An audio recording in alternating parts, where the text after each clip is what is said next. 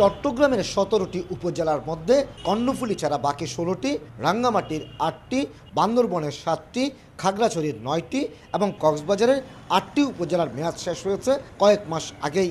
একাদশ জাতীয় সংসদ নির্বাচনের কারণে সময় অনুযায়ী নির্বাচন সম্ভব হয়নি উপজেলাগুলোতে। মেয়াদ পেরিয়ে যাওয়ায় এখন চলছে এসব উপজেলার নির্বাচন প্রক্রিয়া। ইতিমধ্যেই ভোট কেন্দ্র চূড়ান্তকরণের প্রস্তুতি গ্রহণ করেছি।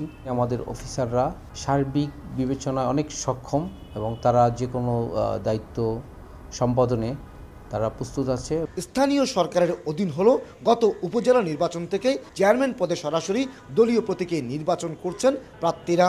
এবারও সেরকমই হবে, কিন্তু জাতীয় সংসদ নির্বাচনে নানা অনিয়মের বিষয়ে উল্লেখ করে উপজেলা নির্বাচনে থাকছে না বিএনপি।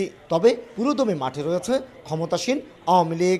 বর্তমানে বাংলাদেশের নির্বাচন বলে কোনো কিছু আর নাই। যেখানে নির্বাচন নয় সেখানে নির্বাচনে অংশগ্রহণ করার প্রশ্নটা আসলে কোত্থেকে? আমাদের প্রস্তুতি অলরেডি চলছে সব জায়গায়।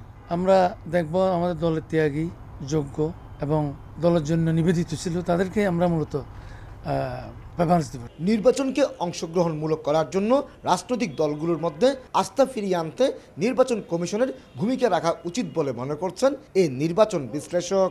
নির্বাচন কমিশন যে প্রশ্নবিদ্ধ হয়েছে তারও দায়িত্ব হচ্ছে সেই জায়গা থেকে কাটিয়ে ওঠা এবং সবার একটা বিশ্বাসের জায়গায়, আস্থার জায়গায় যাওয়ার জন্য নির্বাচন সেইভাবে পরিচালনা করা। ৪৮টি উপজেলায় মোট ভোটার ৭,৯৬,০০০ আর ভোট কেন্দ্র থাকবে ২,৩৭৪টি।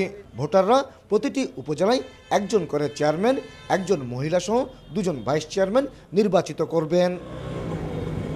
কমল দে, সময় সংবাদ, চট্টগ্রাম।